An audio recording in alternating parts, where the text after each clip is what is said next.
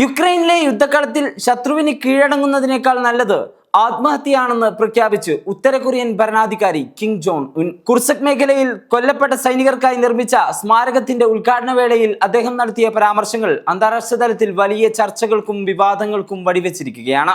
യുദ്ധമുഖത്ത് പരിക്കേറ്റ ശത്രുവിന്റെ കയ്യിൽ അകപ്പെടുന്നതിനേക്കാൾ ഉചിതം സ്വയം ജീവനൊടുക്കുന്നതാണെന്ന് വിചിത്രമായ വാദമാണ് കിം ഉയർത്തുന്നത്.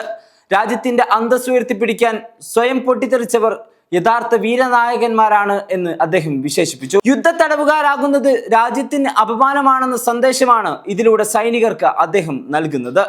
റഷ്യക്ക് പിന്തുണയുമായി ഏകദേശം 14,000 സൈനികരെയാണ് ഉത്തര കൊറിയ യുദ്ധഭൂമിയിലേക്ക് അയച്ചിരിക്കുന്നത്. എന്നാൽ റഷ്യൻ സൈന്യത്തിന് പോലും പിടിച്ചു നിൽക്കാൻ പ്രയാസമുള്ള കുർസക് മേഖലയിൽ ഉത്തര കൊറിയൻ സൈന്യത്തിന് കനത്ത തിരിച്ചടിയാണ് നേരിടുന്നത്.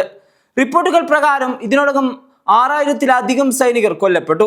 യുക്രൈൻ ഇന്റലിജൻസ് റിപ്പോർട്ടുകൾ പ്രകാരം പിടിക്കപ്പെടുമെന്ന് ഉറപ്പാകുന്ന ഘട്ടത്തിൽ ഉത്തര കൊറിയൻ സൈനികർ കൈവശമുള്ള ഗ്രനേഡുകളോ സ്ഫോടക വസ്തുക്കളോ ഉപയോഗിച്ച് സ്വയം പൊട്ടിത്തെറിക്കുകയാണ്. എന്തുകൊണ്ടാണ് കിം ജോങ് ഉൻ തന്റെ സൈനികരെ ഇത്തരമൊരു മരണക്കെണിയിലേക്ക് തള്ളിവിടുന്നത്?